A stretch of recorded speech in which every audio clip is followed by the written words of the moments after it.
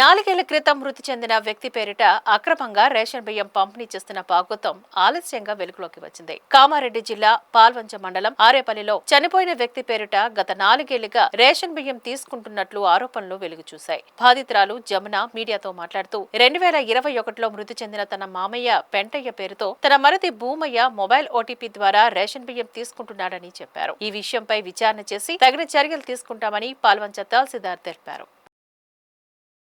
ఆరపల్లె మరి కోయలపేంట చచ్చిపోయిన 4 ఏళ్ల నుంచి మా మరిది బియ్యం తీసుకుంటుండు. ఎందుకు తీసుకుంటున్నావు అని, ఎందుకు ఇస్తున్నావు అని అడిగితే కొమటైనే ఓటీపీ చెప్పుకుంటా తీసుకుంటుండమ్మా, నాకు తెలియదు, మీరు మాట్లాడుకోర్రి అంటే బియ్యం మరి ఆపేస్తే ఏదన్నా తెలుస్తుంది అని ఆపేపించిన. అంటే మరి మళ్ళా ఫోన్ చేపించినాం. ఫోన్ చేపిస్తే అద్దు ఇయ్యకలకు బియ్యం కొట్టేసి అప్పుడు కానీ సేటుకి ఎప్పిండు. భూమాయ్ మరిది పేరు కొయ్యల భూమాయ్ 4 ఏళ్ల నుంచి తీసుకుంటుండు. అంటే ఇయ్యమంటుంది మీ వదిన అంటే అద్దు ఇయ్యకు మా వదినకు కొట్టేయ్యి అని చెప్పిండు. చెప్పలేను, నేను 3 నెలలు నాకేం తెలుసు. ఇగో అడిగితే ఏలు ముద్ర పెట్టండి బియ్యం ఇయ్యరమ్మ అని చెప్పిండు.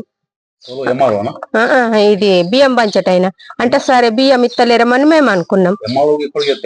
తెలియదు అంటే చచ్చిపోయిన సర్టిఫికెట్ వచ్చింది కదా, బియ్యం కొట్టేసిరని చప్పడకోకున్నా.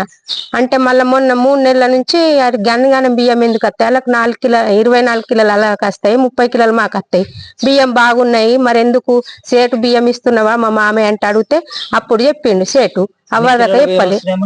వాళ్ళకు మాకేమో 30 కిలోలు వస్తాయి, వాళ్ళకు 35 కిలోలు వస్తాయి. మా మామకు 10 కిలోలు బియ్యం వస్తాయి. తీసుకుంటున్నాయినా